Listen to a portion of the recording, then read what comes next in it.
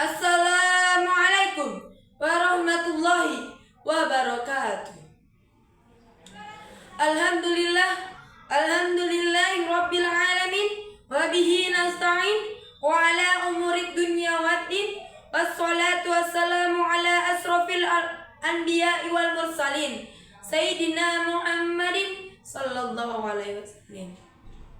Segala puji bagi Allah, Zat yang menciptakan langit dan bumi, termasuk teknologi canggih yang kita nikmati hari ini. Salawat serta salam kita aturkan kepada junjungan kita Nabi besar Nabi Muhammad sallallahu alaihi wasallam.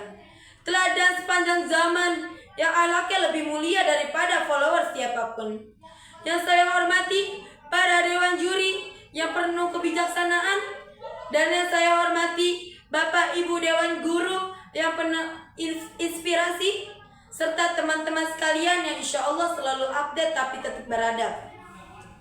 Saudara-saudaraku sekalian, hari ini hidup kita tak bisa lepas dari media sosial. Mau makan, cekrek, foto dulu. Lagi sedih, cekrek, update status.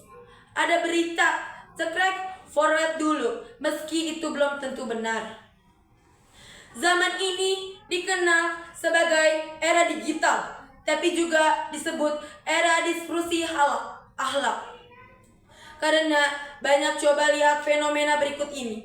Saling menghina lewat kolom komentar, memfitnah orang tanpa bukti, menyebarkan aib hanya demi kepenuhan, atau menyindir teman pakai story tapi pakai inisial.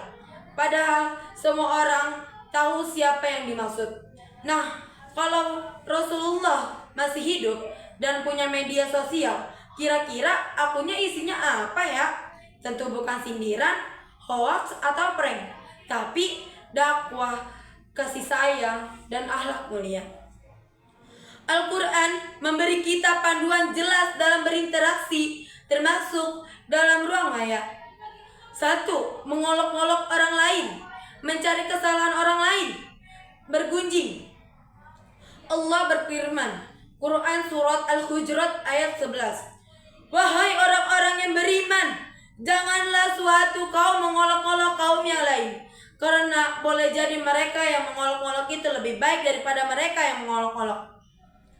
Dan jangan pula perempuan mengolok-olok perempuan lain, karena boleh jadi perempuan mengolok-olok itu lebih baik daripada perempuan yang mengolok-olok.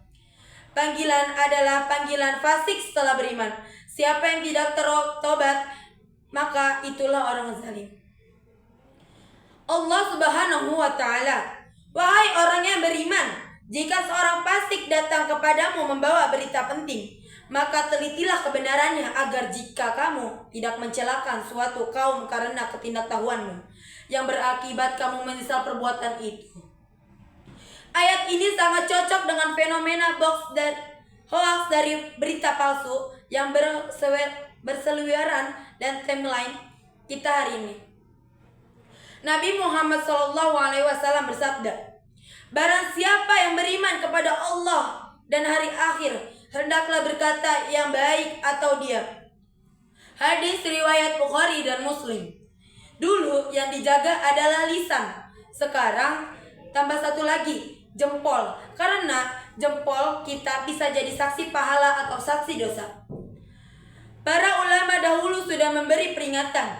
Imam Syafi'i rahimakumullah berkata, apabila perkataanmu bukan suatu kebaikan, maka diamlah, karena diammu lebih aman bagi dirimu. Dan pepatah Arab menyebut, likulli maqalim maqam, untuk setiap perkataanmu ada tempatnya. Artinya tidak semua hal harus dikomentari, apalagi jika tahu duduk masalahnya. Jangan sampai komentar kita lebih panjang dari bacaan kita. Izinkan saya menceritakan kisah dari Bani Israel yang disebut oleh para ulama sebagai Israiliyat Hasanah.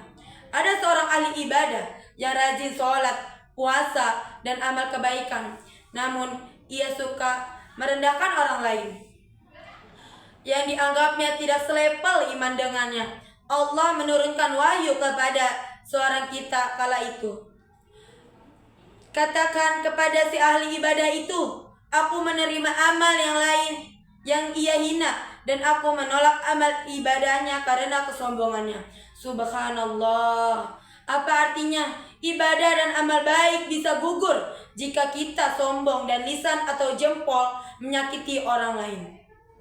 Mari kita rangkum 4 prinsip utama etika bermedsos dalam pandangan Islam. 1. Tabayun, periksa sebelum sebar. Allah Subhanahu wa taala berfirman, "Jika datang kepadamu orang fasik membawa berita, maka periksalah kebenaranmu." Quran surat Al-Hujurat ayat 6. Jangan asal sel berita, jangan jadi bagian dari rantai hoax. 2. Qala sadidan, berkatalah dengan baik. Nabi SAW bersabda, tidaklah seorang hamba mengucapkannya suatu kalimat yang diridhoi Allah tanpa sadari, namun Allah mengangkat derajatnya karenanya. Hadis riwayat Bukhari dan Muslim. Komentar kita mungkin pendek, tapi efeknya bisa panjang. 3.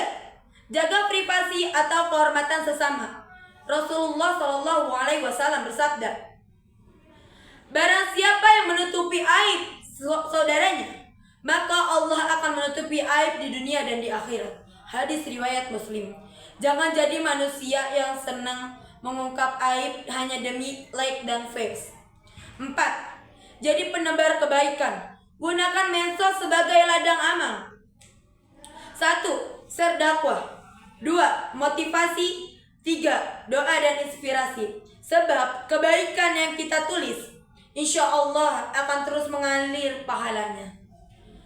Hadirin yang saya cintai, media sosial adalah anugerah, tapi juga ujian.